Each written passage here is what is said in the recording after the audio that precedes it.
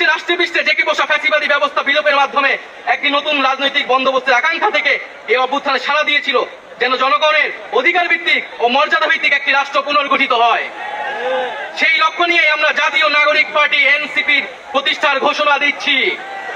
আসসালামু আলাইকুম সুপ্রিয় দর্শক, আপনারা জানেন গত 28 ফেব্রুয়ারি বাংলাদেশের নতুন একটি রাজনৈতিক দলে উত্থান হয়েছে, নাম এনসিপি অর্থাৎ জাতীয় নাগরিক পার্টি। বাংলাদেশে বৈষম্যবিরোধী ছাত্র আন্দোলন যারা নেতৃত্ব দিয়ে জালিম শেখ হাসিনাকে পতন করেছে, পালাতে বাধ্য করেছে, সেই ছাত্র জনতার উদ্যোগে এই জাতীয় নাগরিক পার্টির আবির্ভাব হয়েছে। জাতীয় নাগরিক পার্টি তার যাত্রা শুরু করেছে 28 ফেব্রুয়ারি। আপনারা জানেন কতটা জাঁকজমকপূর্ণভাবে তারা এই আয়োজন করেছে এবং তাদের আত্মপ্রকাশ ঘটিয়েছে। সুপ্রিয় দর্শক, এখন মেইন কথা হচ্ছে এই নাগরিক পার্টি এনসিপি, সংক্ষেপে এনসিপি কাদের সাথে জোট করবে, জামাত ইসলামের সাথে নাকি বিএনপির সাথে? এই নিয়ে কিন্তু একটি দ্বিধাদ্বন্দ্ব এবং কালবেলায় একটি রিপোর্ট প্রকাশিত হয়েছে, সেখানে স্পষ্ট করে বিষয়গুলো বর্ণনা করা হয়েছে। আপনাদেরকে সেই বিষয়গুলো জানানোর জন্য আজকের এই ভিডিও। এনসিপি, সুপ্রিয় দর্শক, এই দলটিতে মূলত বাংলাদেশের সকল দলের লোকজন কিন্তু সম্পৃক্ত ছিল, অর্থাৎ বৈষম্যবিরোধী ছাত্র আন্দোলনের যে গণ্ডিটা, এই দলটা বা এই যে একটি প্ল্যাটফর্ম, এখানে বিএনপি, জামাত সহ বাংলাদেশের সকল শেখ হাসিনার বিরোধী বা স্বৈরাচার বিরোধী আন্দোলনে যারা অংশগ্রহণ করেছে তারা কম বেশি সবাই কিন্তু উপস্থিত ছিল।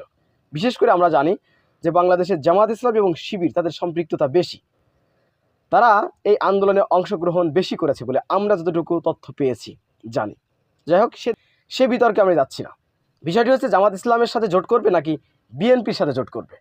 কালবেলাতে একটি রিপোর্ট করা হয়েছে, সেখানে উঠে এসেছে যে জাতীয় নাগরিক পার্টি অর্থাৎ এনসিপি তারা দাবি করেছে 100 আসন বিএনপির কাছে। বিএনপি যদি 100 আসন এনসিপিকে অর্থাৎ জাতীয় নাগরিক পার্টিকে দেয় তাহলে তাদের সাথে জোটে যাবেন, এমনটি কিন্তু উঠে এসেছে। অন্যদিকে এক গ্রুপ তারা বলতেছে জামাত ইসলামের সাথে জোট করতে, আবার অন্য গ্রুপ তারা বলতেছে বিএনপির সাথে জোট করতে, এবং কিছু অংশ আছে যারা বলতেছে যে কোনো দলের সাথে জোট না করে তারা এককভাবে নির্বাচন করবে। এই তিনটি পন্থা উঠে এসেছে। এখন বিএনপি নেতাদেরকে জিজ্ঞাসা করা হয়েছে যে আপনারা এনসিপি অর্থাৎ জাতীয় নাগরিক পার্টিকে আপনারা কি স্থান দিবেন কিংবা আপনাদের সাথে জোট হবে কিনা। এ বিষয় নিয়ে তারা বলেছেন যে এই বিষয় নিয়ে এখনো পর্যন্ত কোনো কথা ওঠেনি বা হয়নি বিএনপির সাথে, এমন স্পষ্ট করে সে নেতা বলেছেন। এবং একই প্রশ্ন জামাত ইসলামের সেক্রেটারি জেনারেল অধ্যাপক মিয়া গোলাম পরোয়ারের কাছে জিজ্ঞাসা করা হয়েছে যে জামাত ইসলামের সাথে জাতীয় নাগরিক পার্টির কোনো কথোপকথন হয়েছে কিনা জোট নিয়ে। স্পষ্ট করে জামাত ইসলামের সেক্রেটারি জেনারেল তিনি বলেছেন যে আমাদের সাথে এই বিষয় নিয়ে আমার জানা মতে কোনো কথা হয়নি।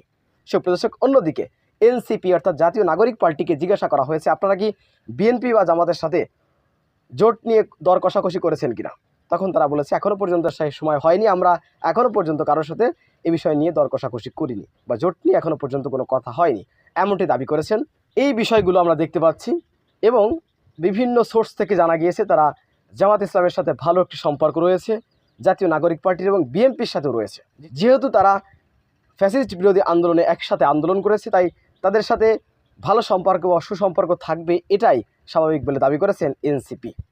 সুপ্রিয় দর্শক, এছাড়াও এই রিপোর্টে উঠে এসেছে বাংলাদেশ নাগরিক পার্টি অর্থাৎ এনসিপি তারা যখন আত্মপ্রকাশ ঘটান অর্থাৎ 28 ফেব্রুয়ারির আগে তারা বাংলাদেশে গণ অধিকার পরিষদ এবং এবি পার্টির সাথে একটি প্রোগ্রাম করেছিল, যেখানে তাদেরকে আহ্বান জানানো হয়েছিল এবি পার্টি এবং গণ অধিকার পরিষদকে যে আপনারা আপনাদের দল ভেঙে দিয়ে আমাদের সাথে আসতে পারেন, আমরা এককভাবে একটি দল করব। আপনারা জানেন যে গণ অধিকার পরিষদ এবং এবি পার্টি এবং এনসিপি অর্থাৎ নাগরিক পার্টি তাদের কিন্তু লক্ষ্য উদ্দেশ্য কার্যক্রম প্রায় সেমই।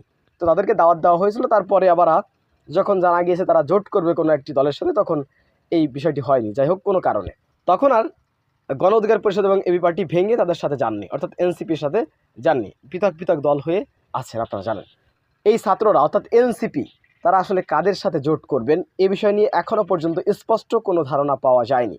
কয়েকটি তথ্য উঠে এসেছে যে এনসিপি তারা দাবি করেছে বিএনপির কাছে 100 আসন, কিন্তু বিএনপি তাদেরকে দিতে চেয়েছেন 5-7টি আসন সর্বপ্রথম, তারপরে নাকি 20 থেকে 25টি আসন দিতে চেয়েছেন, এমনটি আমরা জানতে পেরেছি কালবেলার এই তথ্য থেকে, এই রিপোর্ট থেকে।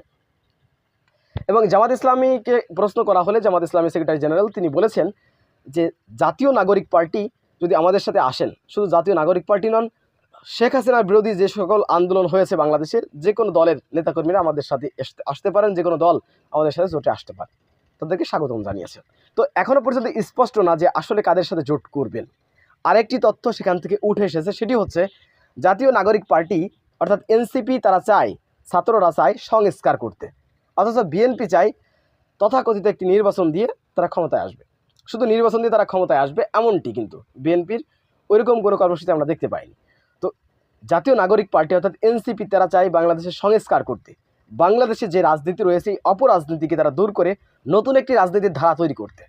কিন্তু বিএনপির সাথে এই বিষয় নিয়ে কিন্তু দ্বিমত রয়েছে, যে বিএনপি যাচ্ছে শুধু একটি নির্বাচন দিয়ে ক্ষমতায় আসতে, কিন্তু এনসিপি যাচ্ছে অর্থাৎ জাতীয় নাগরিক পার্টি বৈষম্য বিরোধী ছাত্র আন্দোলন যারা, তারা যাচ্ছে নির্বাচনের পরে ক্ষমতায় গিয়ে তারা সংস্কার করবে এবং বাংলাদেশের রাজনীতি রয়েছে এর গুণগত মান পরিবর্তন করবে, তারা গুণগত মান বৃদ্ধি করবে। এই যে বিষয়গুলো আমরা দেখতে পাচ্ছি, তো এর সাথে কিন্তু মিলে যায় জামাত ইসলামী চাই বাংলাদেশের রাজনীতির গুণগত মান পরিবর্তন করতে। তো এখনও পর্যন্ত স্পষ্ট নয় আসলে এনসিপি তারা কোন দলে যাবে বা এককভাবে নির্বাচন করবে কিনা, এ বিষয় নিয়ে বিস্তারিত কোনো তথ্য কেউ দিতে পারেনি, এখনও পর্যন্ত আমাদের কাছে আসেনি। তো সুপ্রিয় দর্শক, আপনারা কি মনে করেন এনসিপি অর্থাৎ বৈষম্য বিরোধী ছাত্র আন্দোলন তারা কাদের সাথে জোট করা উচিত, বিএনপির সাথে নাকি জামাত ইসলামের সাথে, নাকি এককভাবে? আপনাদের কি মনে হয়, আপনারা কোনটাকে সমর্থন করেন? অবশ্যই আপনাদের মূল্যবান মন্তব্য কমেন্ট বক্সে জানাবেন। সবসময় সত্য নির্ভেজাল তথ্য পেতে স্বাধীন বাংলা টিভি ইউটিউব চ্যানেলটি সাবস্ক্রাইব করে আমাদের সাথে থাকুন। আসসালামু আলাইকুম রহমতুল্লাহি ওয়া বারাকাতুহু।